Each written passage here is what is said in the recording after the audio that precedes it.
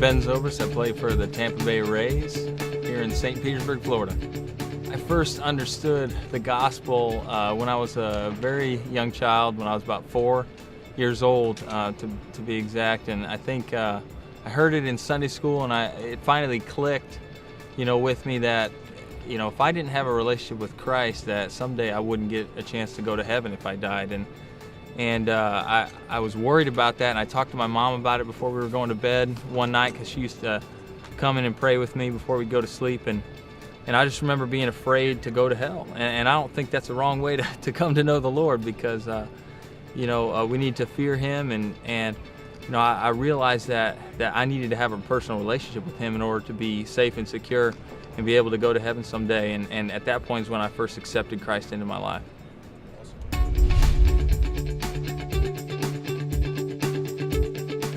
In every way possible. I think there's no way to put a gauge or a percentage on how much he's changed me or made me into who I am. I don't know. I really don't want to know what I'd be like without him in my life. But the influence that he's had in me has just stretched from my relationships to what I do on a daily basis, what I do out here on the baseball field. What I have a heart for, what I would like to do in my life, and all those things are influenced by what Christ has done in my life, and just giving me a passion to live for Him and live for things that are eternal, things that we don't see, things that on a regular basis we may not understand right now, but just to be able to see the Lord working in people's hearts.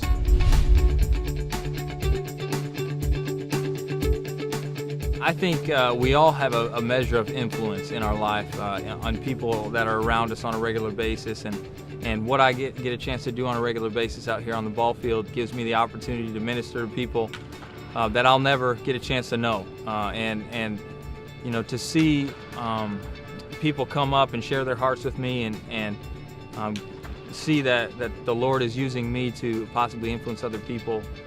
Just by going out here and playing a game and giving God the glory for that, I think is something that only God can do. Only God can make those things happen.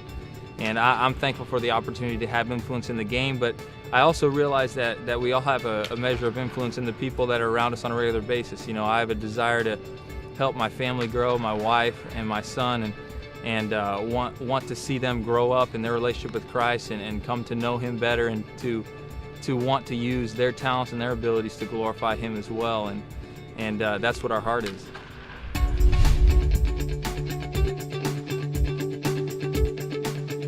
That's one I think you really need to take to heart and examine your own heart about, because I know that there have been times where I have put the game or other things ahead of the Lord in my life, and making those other things idols.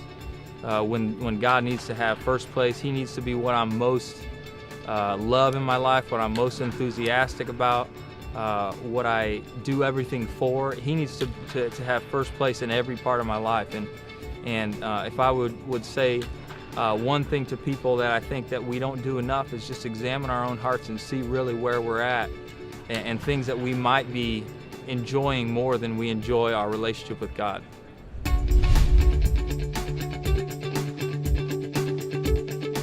I would say have as much fun with it as possible. It's a game. Remember that. Don't put too much pressure on yourself. Go out there and have fun and enjoy the game. And I believe that you should work heartily in whatever you do. So play it with all your heart as well, and put a lot into it.